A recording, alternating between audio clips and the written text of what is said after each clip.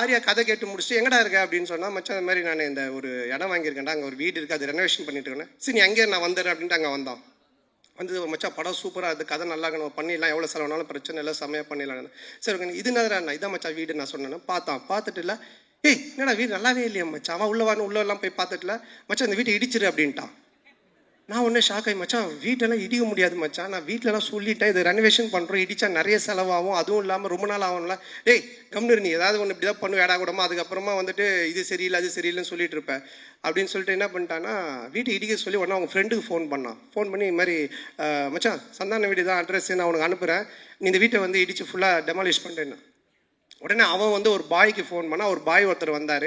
Sunday night இது நடக்குது, Monday Tuesday Wednesday Thursday இடித்து தரமட்டமாக்கி எல்லாத்தையும் வாரின்னு போயிட்டாங்க. வெள்ளிக்கிழமை எங்கள் அம்மா ஒய்ஃபும் போய் விளக்கேற்றுவாங்கல்ல, அவங்க வெள்ளிக்கிழமை போயிருக்காங்க. நான் சொல்லலை ஏன்னா திட்டுவாங்க அப்படின்ட்டு. எங்கள் அம்மா போயிட்டு வீட்டை காணோன்னு சொல்லி தேடிக்கிட்டே இருக்கிறாங்க. இந்த தெருவு போயிருக்காங்க, அந்த தெருவு போயிருக்கிறாங்க. அதுக்கப்புறம் எனக்கு ஃபோன் அடிக்கிறாங்க, ராஜா நம்ம வீட்டை காணும்பா அப்படின்ட்டு. நான் எப்படா சொல்கிறதுன்னே எனக்கு தெரியல. அதுக்கப்புறம் கொஞ்சம் வீட்டுக்கு வரமா நான் சொல்கிற மாட்டேன், வீட்டை காணண்டார். இல்லைம்மா நான் வந்து சொல்கிறேம்மான்ட்டு. அம்மா இல்லைம்மா ஆரியா வந்தான் அன்னைக்கு, பார்த்துட்டு வீட்டை இடிச்சிட்டு புதுசாக காட்டலாம் நல்லா வரும், நான் அவன் சொன்னால் கரெக்டாக இருக்குமா அப்படின்னா. உடனே எங்கள் அம்மா ஷாக்கா, ஏண்டா நீங்கள் 2 பேரும் படத்தில் தானடா அப்படி பண்ணுவீங்க, நிஜ வாழ்க்கையில மாடா பண்ணுவீங்க, ஒரு வீட்டை இடிச்சிட்டு கிரவுண்ட்